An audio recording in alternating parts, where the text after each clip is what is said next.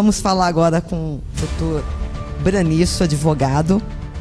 Vamos falar de temas do dia a dia que você precisa ser esclarecido para você. Aqui é o lugar que você vai ficar bem informado. Bem-vindo, doutor Braniço. Obrigado, Vera. Nosso parceiro de agenda fixa, uma vez por mês, vem trazer orientação jurídica para todos nós. Vamos lá, Marcelo? Bora. Doutor, Satisfação recebê-lo. nós queríamos falar sobre a reforma tributária, que eu vejo nos posts do senhor lá. Todos esses aumentos que tem aqui. Nós estávamos falando com outro candidato que saiu, outro convidado que saiu daqui agora sobre imposto de renda. Eu queria que o senhor desse uma passada por tudo isso. Tem duas questões ocorrendo aí, né, Vera? Tudo bom, Marcelo? Tudo bem. Satisfação é minha estar aqui. Que é a reforma tributária, que vem 2 tributos novos aí. E também o que já está tramitando no Congresso, já passou pela Câmara dos Deputados, a aprovação da isenção do imposto de renda para quem ganha até R$5.000 por mês. Graças a Deus. Está na crista da onda essas duas pautas. Então, houve uma crise, né, entre o governo e o Congresso, quando o Congresso não quis nem debater a questão do IOF. Quis nem discutir, não vamos aumentar o IOF. O que eu acho correto, né?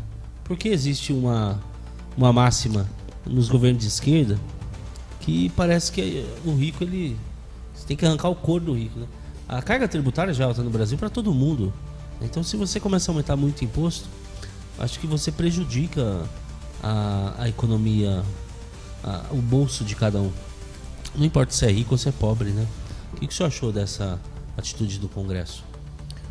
Olha, Marcelo, eu acho até razoável na medida do debate, porque não é por aí, não é só aumentando tributação. Tem um estudo, inclusive eu falo sobre isso lá no meu perfil essa semana, um economista chamado Arthur Laffer, um norte-americano. Já ouviu falar disso? Ele criou Não é a curva de Laffer? A curva de Laffer, exatamente. Há um ponto otimizado da tributação. Se tributa de menos, se a sua arrecadação é zero, se tributa zero, não vou tributar, a sua arrecadação é zero. Exato. É óbvio isso, né? Se a sua tributação é de 100%, num exemplo extremo, a sua arrecadação também é zero. Ninguém vai trabalhar para não ter nada para si. Vai sonegar, então, você disse? Sim, a tendência é essa, uma tendência humana. Ou então a pessoa simplesmente não vai fazer. Se eu vou trabalhar para entregar tudo que eu tenho como tributo, eu não vou fazer. É melhor eu ficar parado. Então, essa situação precisa ser analisada. Qual é o ponto ótimo que você vai ter a maior arrecadação possível em relação a uma população e em relação aos gastos públicos, né? A maior eficiência tributária possível. Estimulando a economia. Estimulando a economia. Né? Diminuindo o peso do Estado na costa do cidadão. O nobre vereador que esteve aqui antes com vocês, muito simpático, aliás, mandar um abraço para ele, o Diego. Ele falou sobre o aumento da tributação, não, o aumento da arrecadação. Só tem um jeito, aumentando o tributo. Mas tem outro jeito também, é aumentando a base de cálculo, trazendo mais contribuinte.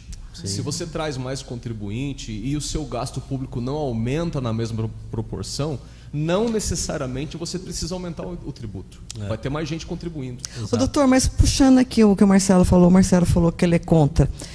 O IOF é regulatório, não é um aumento, não é um imposto que aumenta, ele é regulatório, né? Ele não é de aumentar o imposto, ele é regulatório, não é isso, o IOF? Sim. Mas ele onera, de alguma forma então, ele onera. Mas aí ali o governo ia fazer encaixar o seguinte, diminuir o de pobre e aumentar o de rico. Ninguém gosta de taxar rico, não é que rico tem que pagar, só o rico não, mas o pobre paga mais, meu Deus do céu. Que hora que vai corrigir essa deficiência que tem no país do pobre pagar mais do que o rico? E quando fala de pagar o rico, ninguém quer taxar. O que eu acho que é bem complexo, Vera, e não é fácil de ser resolvido isso, assim, tá na pele de político, sabe? Eu acho bem complicado. É o seguinte, quando você agrada de um lado, você causa crise numa outra ponta. Quando você vem agradar essa ponta aqui, você causa crise aqui dentro. O Brasil está inserido num contexto internacional. E em razão de estar inserido nesse contexto internacional, as políticas tributárias, financeiras, monetárias, elas não podem ser somente voltadas para dentro. Se elas forem voltadas só para dentro, e elas podem ser, pode virar uma Argentina, por exemplo. A Kirchner, há um tempo atrás, mandou uma banana para o FMI. Não vou mais pagar. Aí tá, tudo bem.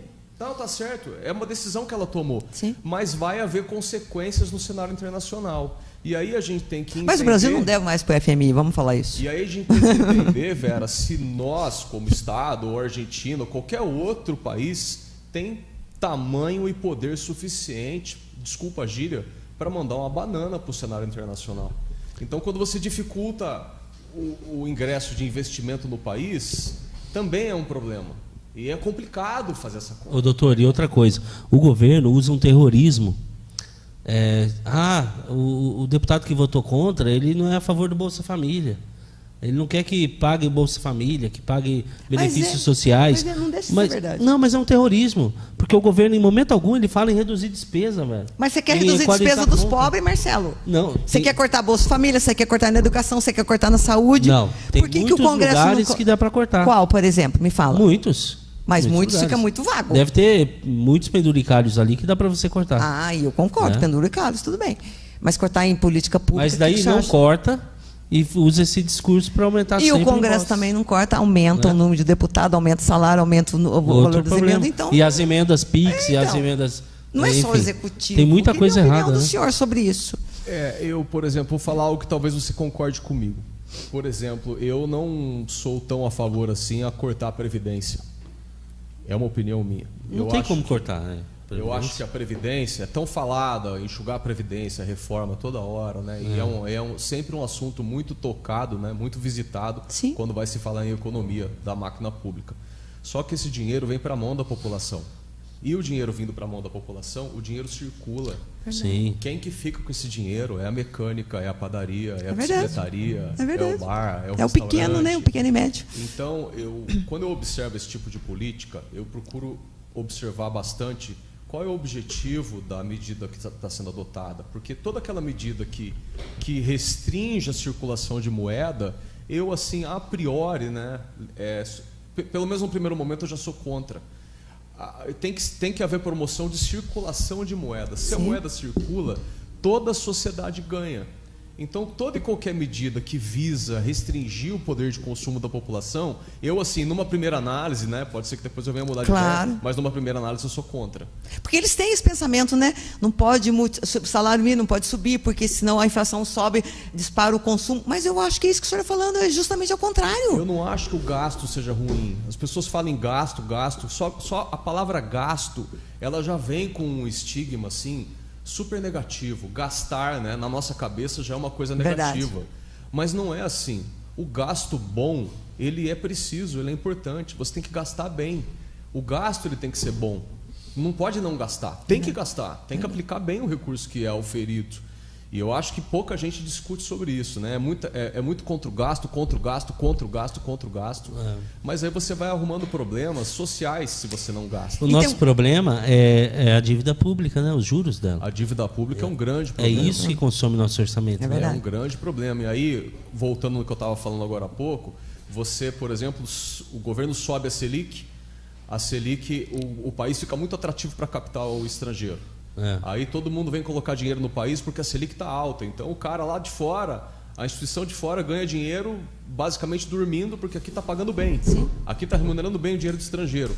Há uma tendência do nosso real valorizar. Porque daí a gente vai ter muita reserva de dólar aqui no país. Então, a gente valoriza. E aí há uma tendência de algumas coisas ficarem mais baratas.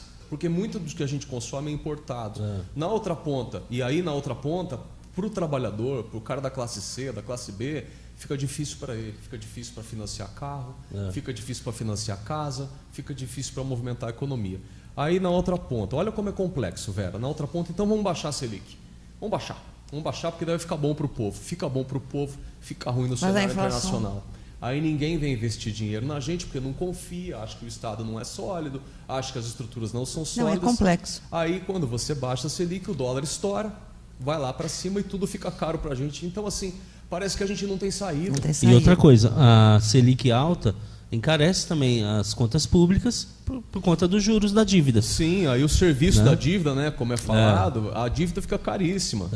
Então, assim, se o governo não equalizar suas contas, ele vai precisar cada vez mais emitir títulos públicos, contrair dívida e a Selic cada vez mais alta para controlar a inflação. Ou seja, tudo passa por uma equalização dessas contas. Daí a esquerda fala Eu falo esquerda, gente. Eu sou um cara de centro-esquerda, então eu posso falar. Não estou sendo pejorativo. Mas, assim, os defensores do governo falam, mas o Japão tem a dívida altíssima. Os Estados Unidos tem uma dívida altíssima. Mas o PIB dos Estados Unidos é 20 vezes maior que o nosso. Não tem como a gente ficar se comparando. Mas o Brasil sentido, tem uma né? reserva boa de dólar. A gente tem que se comparar num sentido positivo com essas nações, né, doutor? Ô Marcelo, o que representa, o que o dinheiro representa é riqueza. O dinheiro precisa representar riqueza. O dinheiro tem que ter lastro. Então, dívida com lastro não é problema. É o que você acabou de falar sobre o PIB. Se eu emitir para você aqui uma nota promissória de R$1 milhão, eu vou escrever aqui no papel R$1 milhão e eu te entrego.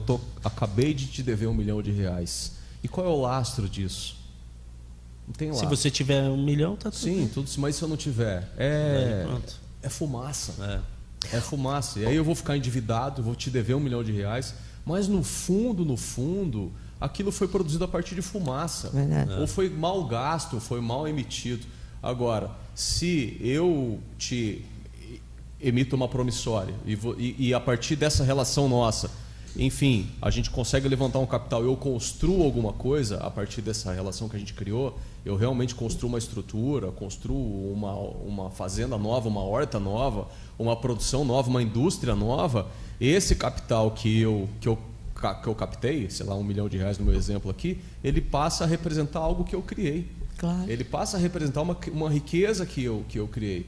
E é uma tese minha, Vera. Para mim, não importa muito se você emite a dívida primeiro, antes do lastro, ou se você primeiro faz o lastro e depois faz a dívida. Eu quero dizer o seguinte, você compra uma casa e depois você, em cima da sua casa, você toma um empréstimo. Primeiro você construiu o lastro, depois você foi lá se monetizar em cima da sua casa. Aí a casa é a garantia, é verdade. Ou se você toma a dívida primeiro e você não tem casa, aí você vai lá e constrói a casa. Se você tomar a dívida primeiro e construir a casa, na minha opinião, está tudo certo. O problema é quando você toma a dívida e não constrói a casa. Sim. Aí você fica com a dívida e não fica com a casa. E não tem o lastro, é verdade. E aí você está com um problema. Então essa questão dessa análise do dinheiro é um pouco mais profunda. Não é tão simples e tão raso assim. Eu queria escutar a opinião do senhor sobre o seguinte, é uma narrativa que a gente ouve. Olha, se o Brasil aumentar os juros, as empresas vão embora. Não vão, no mundo inteiro tudo o juro é maior que aqui. Eu já fui estudar sobre isso. Todos os lugares os juros são maiores que aqui. Ninguém vai querer ir embora lá fora pagar juro maior do que aqui. Nos Estados Unidos é 4 ao ano, velho. Isso porque está altíssimo. Eu não tenho, como essa é uma coisa muito volátil, eu não sei exatamente nesse momento em que lugar do ranking o Brasil está. Eu vou mandar para o senhor. Eu fiz. É o lugar, o Brasil que menos paga imposto às empresas. Ainda que a nossa Selic esteja na casa dos 15%, se eu não me engano. Sim, 15%. Há uma inflação que tem que ser descontada. Então, o juro real não é 15%. O juro real é a Selic menos a inflação. Eu não sei em que lugar do ranking a gente está hoje. Eu fui ver, porque eu escuto todo mundo dizendo, as empresas vão embora. Não vão nada. É aqui o lugar que menos paga. Teve que o Menecute, lembra? Ele morou nos Estados Unidos. Ele falou, Vera, lá é um absurdo o juro que você paga. O que o Brasil precisa fazer, lição de casa em qualquer instância, esfera, é gerar infraestrutura, é gerar lastro. Sim. Não importa, com juro alto ou com juro baixo. Tem que construir lastro. Isso é importante. Aí fica igual aos Estados Unidos, que tem a maior dívida pública do mundo. Isso. É dos norte-americanos. E quando você vai ver, eles continuam na crista da onda como o país líder do mundo, independentemente do tamanho da dívida deles. Tem muita gente que fala que eles estão quebrados. O nosso país, ele se desenvolveu muito nos anos 70 por conta de dívida, né? Sim. O Brasil se industrializou pegando empréstimo. Isso é uma tese minha. Você vai emitir lá R$1 trilhão em moeda, o Banco Central emitiu R$1 trilhão de moeda, você fala, puxa, não tem lastro. Mas esse 1 trilhão é destinado para construir um complexo de cidades no Vale do Jequitinhonha. Um exemplo que eu estou dando agora completamente aleatório. Sim. Não tem nexo nenhum o exemplo que eu estou dando, mas emitiu lá R$1 trilhão e esse dinheiro foi usado para construir um complexo de cidades e comunidades e indústrias. Foi bem aplicado. Foi bem aplicado. Aí você vai pagar R$1 trilhão depois. Você vai conseguir pagar, porque você vai produzir.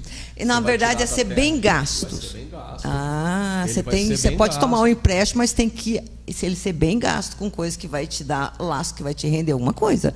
O que eu vejo no Brasil, Vera, que eu observo não concordo muito, mas eu tenho que analisar com prudência, é que todo o dinheiro que é emitido no Brasil, ele é emitido para o consumo. Não tem muito capital no Brasil para o empreendedor. O empreendedor, ele quer um dinheiro para ele aumentar a empresa dele, para ele aumentar o pátio industrial dele, a prestação de serviço dele. Não é tão fácil quanto você conseguir um capital para comprar uma televisão. Ou para você comprar um veículo, até é fácil. Capital para você empreender não tem a mesma abundância que tem no capital de consumo. E é difícil de conseguir? É bem mais difícil. Muito difícil. É bem mais difícil. Então, mas isso para a empresa também ou só para pessoa física? Não, para todo mundo. Para todo mundo. Pessoa física, exatamente. Então, assim, eu vejo que é uma zona de conforto que as pessoas ficam. Aí as pessoas pensam, puxa, a vida é tão curta, eu não vou mudar nada, deixa que seja assim. Eu acho que é assim que a população pensa. Eu não vou mudar nada mais, não dá mais tempo. Vai, que seja assim, então. Pensa um Troller, né? Aquela marca que foi feita no Nordeste, fazia carro, né? Invenção brasileira, coisa do Brasil, legal. Aí o cara tá lá ralando, se Troller, ferrando. eu lembro do Gurgel. Gurgel também, mas a Troller foi comprada pela Ford, do exemplo que eu vou dar. O cara tá lá ralando, devendo imposto, ação trabalhista, devendo dinheiro para banco, tá se esgoelando, aí vem uma Ford norte-americana e fala, eu te compro. Ele desiste, é verdade. Fala, a Gurgel era até um carro bom. Quer saber? Ford, pode pagar. Eu aceito. Então a competição fica desigual. Sim. Eu acho que há uma zona de conforto. Não há tanta consciência, penso eu. Não há tanta consciência, porque eu acho que a resposta é vamos gerar infraestrutura. Gerando infraestrutura, a gente começa a dar lastro para o nosso capital, começa a dar lastro, inclusive, para a nossa dívida. Eu vi que o senhor postou na rede social. O que é esse novo imposto que vem aí que o senhor estava falando? É o IBS e o CBS. Fala para nós um pouquinho dele. O IBS ele é um imposto que vai substituir o ICMS, o Imposto sobre Serviço, então ele tem um caráter estadual e municipal. E a CBS é a contribuição que vai substituir IPI, PIS e COFINS. Aí vai ficar um imposto só? Dois. É um IVA dual, dois impostos. Uma contribuição e a outra que é um imposto. Os outros vão sumir, mas vão ser incorporados nesse, ou não? Exatamente. Vai ser ICMS, que é de caráter de competência estadual, e o ISS, que é de competência municipal, vão ser substituídos pelo IBS. Um imposto só. Então o ISS, que é do município, ele vai primeiro para o governo redistribui, é isso? Sim. O que é o que os prefeitos têm lamentado muito, né? O prefeito aqui de São José, o Anderson, nossa, totalmente contrário a isso. É uma preocupação. E a CBS, PIS, COFINS e IPI, que vão ser substituídos pela CBS no âmbito federal. A partir do ano que vem agora, 2026, começa uma alíquota simbólica de 0,1% para a população começar a se acostumar com as obrigações acessórias. Sim. As declarações que têm que ser entregues, porque vai mudar alguma coisa. Nossa. A partir de 2027, aí o bicho começa a pegar. Essa tributação ela pode aumentar em 28% a cadeia produtiva. Até não significa que todos os setores vão ser onerados em 28%. Dois setores que estão esgoelando bastante já, né, estão muito preocupados, é o setor de restaurantes, que hoje tem um ICMS reduzido, então com o IBS e ICBS vai ter uma estimativa de que vai dobrar a tributação do setor de restaurante e bar, e um que vai ser bem afetado vai ser o setor de aluguéis. Nossa. Porque hoje o aluguel só paga imposto de renda. Isso. É verdade. E o aluguel vai passar a pagar imposto de renda, CBS e IBS, dependendo da situação. Já está aprovado, então, já vai entrar. Já está aprovado. Já está no cronograma, nós já estamos vivenciando o cronograma de implementação dessa nova tributação. Claro que num novo governo, o novo presidente pode mudar isso, né? Pode enviar para a Câmara um projeto. Mas eu acho bem improvável essa mudança. Foi um caráter de mudança da Constituição Federal, com lei complementar. Então, não vai mudar. Não acredito. Veio para ficar, é verdade. Já foi eu aprovado. E eu acho que essas medidas que vieram, você fala bastante nessa distribuição de renda. Precisa, né? Urgente, para amanhã. Para hoje, aliás. Pelo que eu estudei até agora, essas implementações desses tributos vêm realmente para dar uma chacoalhada na tributação. Para diminuir ou para aumentar? Para aumentar. Aí, Marcelo. Para aumentar. Não, sim. Para aumentar. Porque aluguel, quem paga aluguel é classe média. Sim. Né? Rico não, rico paga também. Vai mas... deixar de ser uma mamata. Algumas coisas vão deixar de ser uma mamata, a tributação vai ficar bem pesada em cima de determinados setores. O de aluguel é um que está todo mundo de cabelo em pé. O que vai fazer? Porque até hoje foi só imposto de renda, agora é imposto de renda, IBS e CBS. Então, provavelmente os aluguéis vão subir. A grosso modo, né, não acho difícil ter esse tipo de hipótese, mas a grosso modo a tributação pode chegar a 50% da receita. Sério? É bastante. Mas tem redutores, né? Existem situações de exclusão, de exceção. Mas eu acho que vai continuar, doutor, tendo os mecanismos de sonegação. Você não vai declarar, o dono não declara, o inquilino não declara. Pois é, assim vai seguir. Eu não diria só a sonegação, Marcelo, agora entra na minha seara. Eu diria também organização tributária. Vão existir muitos mecanismos para se escapar dessa tributação pesada. E nós, como advogados, já estamos falando muito a respeito disso. Muito a respeito desse tipo de organização. Particularmente também, a partir dos meus estudos, o que eu vejo que um tipo societário que vai se fortalecer muito, já é muito utilizado pela população e vai se fortalecer mais ainda, é o Simples Nacional. O Simples Nacional, de acordo com a Lei Complementar 214, que instituiu os 2 tributos, o Simples Nacional está fora da incidência desses 2 tributos. Então, pela minha visão, pode ser que mude alguma coisa, venha alguma regulamentação diferente, enfim, tem muito chão pela frente, mas já entendi que o Simples Nacional, a microempresa, a EPP, vai ficar muito fortalecida nessa transição aí. A gente precisa... Claro, o Brasil precisa se desenvolver e tal, mas a gente precisa de um governo que pare de cobrar tantos impostos, né? Que diminua essa carga. Hoje é na média de 40% dos rendimentos, né? Eu acho... Poxa vida. Volto a repetir, Marcelo, eu acho que tem que aumentar a base de arrecadação.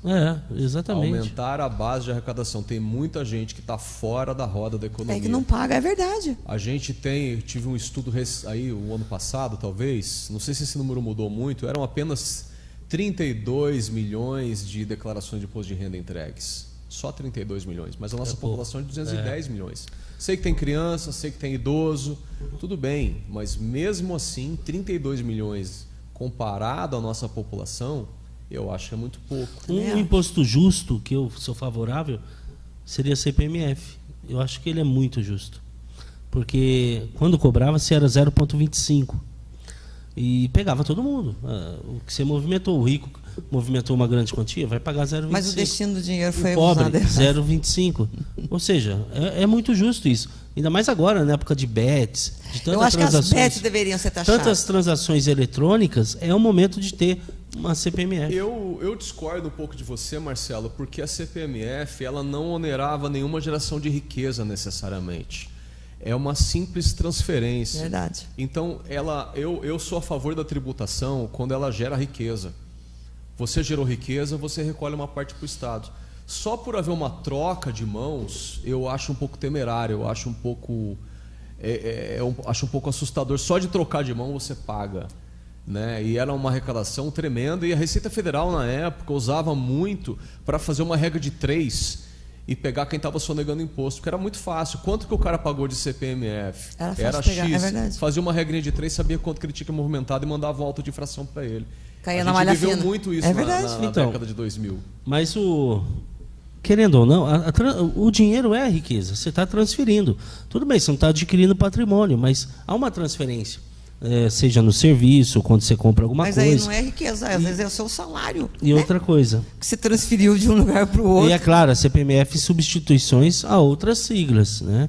É uma simplificação através dela. Eu assim, Marcelo, não tem resposta correta, cada um tem uma visão, cada um tem uma vivência. Se eu fizesse parte do governo de alguma forma, tenderia a facilitar a produção e a prestação de serviço. Deixaria isso livre. Vai, gente, vai. Produzam, trabalhem, prestem seus serviços. A ideia do CBS e do IBS, Vera, é mais ou menos assim, é um IVA dual. Ele só tributa em cima da riqueza que você realmente gerou. Fazendo um comparativo com os Estados Unidos, eu tive empresa nos Estados Unidos uma época. Eu tive empresa nos Estados Unidos, na Flórida, por 5 anos. Então você sabe como que é lá. Eu achava muito interessante o seguinte, eu achava interessantíssimo. Enquanto você estivesse trocando de mãos o produto entre empresários, vamos supor, eu produzo esse celular aqui e eu preciso comprar peças do celular para produzir o celular. As peças chegam até a minha mão sem tributação nenhuma. Aí eu pego o celular pronto, eu coloco na mão de um atacadista. Ele não é o consumidor final ainda, também não tem tributação. Tá. O atacadista pega esse celular aqui, coloca na mão de um varejista. De novo, não tem tributação. Aí chega na gôndola, o consumidor final é que vai pagar? E aí destaca lá 10%, 8%, 9%, 10%, depende do estado, depende do condado. O que eu vejo que isso fez com que os Estados Unidos se tornasse um país muito produtor de lastro. Mas aí é o consumidor final que paga o imposto. O consumidor final que paga agora. E paga na hora já que compra, na hora. Iludir, o imposto de renda nos Estados Unidos, salvo meu engano, é maior do que o brasileiro. É assim. Então aí vem tributa a renda. Mas a produção, você precisa de lastro, o dinheiro precisa de lastro. Você não pode emitir dinheiro e não ter lastro por trás. Claro. Então, na minha visão, eu acho esse um dos modelos mais eficientes. Deixa a pessoa trabalhar. Não fica impedindo a pessoa de trabalhar. Deixa. Agora, a renda, ao final, o lucro, a receita, esse você tributa. Agora, a gente precisa de estrutura. Eu acho que com essa política, os Estados Unidos viraram esse colosso que eles são hoje. Né? Eles são um colosso. Ô, doutor, o senhor é a favor da tributação sobre as bets? Porque, na verdade, eles quase não pagam no Brasil, né? Pagam muito pouco. Eu acho, inclusive, um problema social esse negócio de bet aí, Vera. Eu acho um problema social, novamente. É um assunto difícil, complexo, né? Gera receita, enfim... Ganha muito dinheiro, muito. Movimenta-se muito dinheiro, mas eu acho que é uma receita meio burra que é gerada. Assim, não se cria muita coisa e há uma concentração de receita muito grande na mão de meia dúzia. Pois é. Então, eu não acho que seja muito salutar assim, mas é difícil você... Como é legal, e aí vem uma tese, vai falar... que as pessoas têm livre-arbítrio, elas podem fazer o que elas quiserem. E o pior é que é verdade, as pessoas têm livre-arbítrio, né? Mas gente sem consciência com livre-arbítrio é um problema, né? Em São Paulo, essa perigo. semana, prenderam um influencer, porque ele fazia rifa, né? Eu vi isso. Mas isso não é problema da polícia, é problema da Receita Federal. Mas ele lavava dinheiro pro crime. Na verdade, é proibido fazer esse tipo de jogo sem registro no Ministério da Economia, né, velho? Mas a Receita não teria que ter verificado já a arrecadação que ele faz de rifas, não sei o quê? Mas dele tinha lavagem de dinheiro. Tinha lavagem de dinheiro? Aí tem uma série de delitos lá, né? Entendi. Tem uma série de delitos que acaba a pessoa que faz esse tipo de jogo sem autorização, ela acaba incorrendo, né? Tem o delito simplesmente por fazer o jogo sem autorização, né? Fazer rifa sem autorização, por si só, lavando ou não lavando dinheiro, já é um delito. E eles ficam ricos assim de um mês para o outro, No né? estado de Aí dedo. você olha na garagem, já tem carrões, já tem não sei o quê. É rapidinho a riqueza produzida hoje em rede social de maneira ilegal, né? No estado de dedo. Mas eu acho que o Estado ele tem um papel de cuidar da sociedade, né? Eu acho que tem certas atividades que são até de certa forma permitidas. Você está falando de bet, mas eu também faço um paralelo com os juros bancários, né? Já falei aqui inúmeras vezes sobre os juros Fala bancários. de novo, eu adoro quando o senhor fala isso. É muito caro, é inviável, é quase uma bet, é inviável e eu não sei para quê. Para que isso? Qual é o propósito? Onde se chega com isso? A pessoa não vai pagar mesmo? Vai estourar? Vai estourar. Vai estourar. E o país não anda. Eu acho que são políticas sociais. Se estourar, eu vi também um post do senhor, eu queria saber sobre isso, que agora me remeteu a isso. Se estourar, a pessoa não tem como pagar, vai penhora, vai não sei o quê. Eu vi que o senhor tem um limite lá, que o senhor falou que tem um limite de dinheiro que hoje não pode ser penhorado mais. Me explica isso direito. Isso é um entendimento do STJ, né? Esse entendimento de empenhorabilidade de valores depositados em poupança até 40 salários mínimos sempre existiu. Já sempre existiu? Sim. Se eu não me engano, veio com o Código Civil de 2002. Se eu não me engano, né? Agora eu não decoro muito E por que agora veio isso? Porque agora houve uma ampliação do entendimento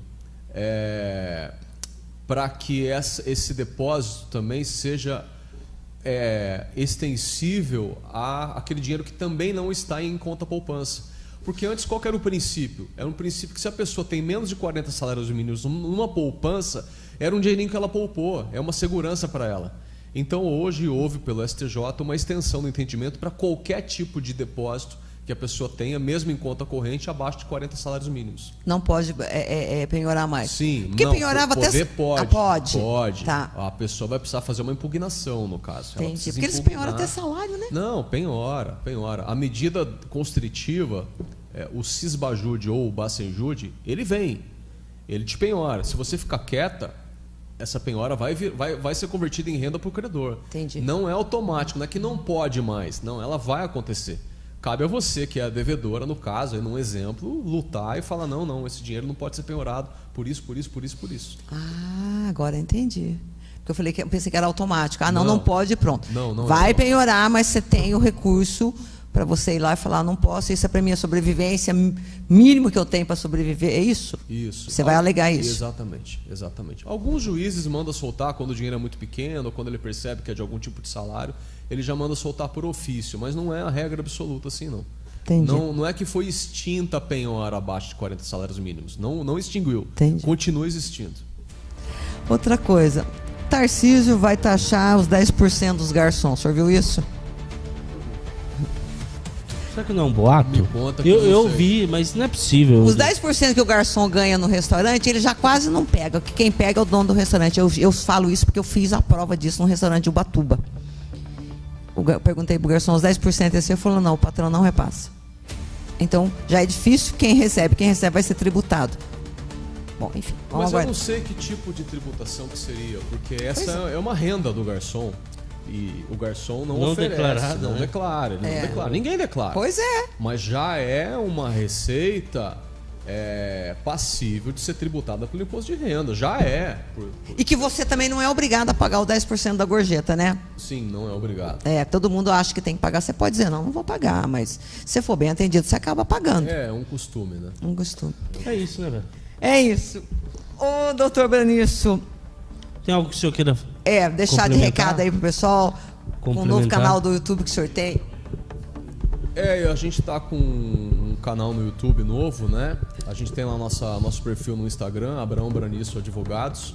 Estou muito bem assessorado pelo Fernando, tá fazendo um trabalho fantástico lá pra gente. A gente tá inaugurando um canal no YouTube também, muito legal. Com todos esses assuntos que a gente vira e mexe, a gente conversa aqui, a gente fala lá no nosso canal, que não é só para advogados. Aliás, é mais para o cidadão que não é advogado do que para o advogado. Né? E numa linguagem fácil, porque eu acompanho lá, eu vejo, você fica por dentro das coisas. Você na OAB de São José? Participa de alguma comissão? A Vera já falou para eu atuar, mas eu ainda não fui. Deveria. Eu falei, deveria. Eu não fui, não deu tempo. O senhor precisa, sabe o que? Se candidatar para presidente da OAB. Não sei ainda. Eu tô igual o vereador aqui. Se for para ser, vai ser. Se vai não ser? for para ser, estamos tranquilo, tá? Associação, o senhor gosta de falar, tem ideias boas para renovar, porque assim, eu acho que até a OAB agora renovou um pouco, mas era sempre mais dos mesmos. Eu acho que agora, mas é sempre assim, o que sai e elege o vice dele. A OAB sempre foi assim também, né? Bem naturalmente, né? Bem naturalmente. Mas eu tenho ideias que são muito próprias minhas, né, Vera? E quando você se filia a algum partido, a alguma agremiação, geralmente você precisa encaixar suas ideias naquilo que está lá faltado. Né? A OAB, o senhor está afiliado, queira ou não queira, o senhor tem... Quando começo a pensar em algo nesse sentido, eu também penso nessa outra ponta, que eu vou ter que colocar um caixote no meu tipo de pensamento, que não necessariamente vai ser aqui. Eu sou muito livre no pensamento nesse ponto, né? Também, tanto é que na minha opinião, não existe esquerda e direita. Na minha opinião, existe bom senso. Gostei. Todo mundo é de esquerda em algum momento. Verdade. E todo mundo é de direita em algum momento. Você pode observar. É verdade. Ninguém é absolutamente de esquerda e ninguém é absolutamente de direita. Aí fica essa briga besta, que é um circo. Gostei disso.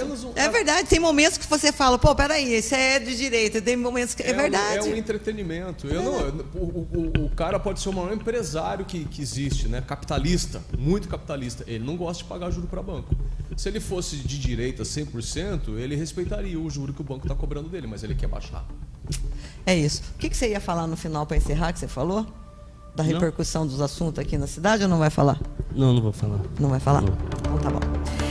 Doutor, obrigada de novo. Obrigado. Sempre trazendo conhecimento de muita qualidade pra gente, uma linguagem fácil. quem não segue o doutor, ele já falou as redes sociais dele, mas assim, segue lá, você vai no YouTube, no Instagram, até no Facebook ele tá também. Tá no TikTok também? Não, no TikTok eu nem sei mexer. O Fernando vai pôr no TikTok. E é isso, porque Obrigado, lá você adquire conhecimento, porque a informação é tudo. E para você que ficou ligado com a gente até agora, um nosso muito obrigado. Quem vai assistir depois, clica no link no nosso store, cai na página e assista. E amanhã eu estarei aqui às 10 horas da manhã, pelo bem de São José, Sindicatos Metalúrgicos. Eu e o presidente, o Weller, vamos falar da luta da Vibraz também, que continua. Conto com a audiência de vocês. Até segunda-feira, se Deus quiser, o Pelo Bem de São José normal. Fiquem com Deus. Tchau, tchau, Marcelo. Tchau, gente.